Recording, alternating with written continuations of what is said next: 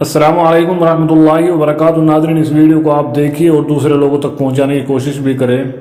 नाज़रीन, ये वीडियो हमारे पास मुंबई से आया है। मुंबई के अंदर इतवार के रोज़ यानी हिंदू तंजीमों ने लव जिहाद के खिलाफ एक बड़ी रैली निकालते हुए और मजहब के नाम पर ज़मीनों पर कब्जा करने वालों के खिलाफ कार्रवाई और तब्दीली मजहब मुखालिफ कानून का मुतालबा किया।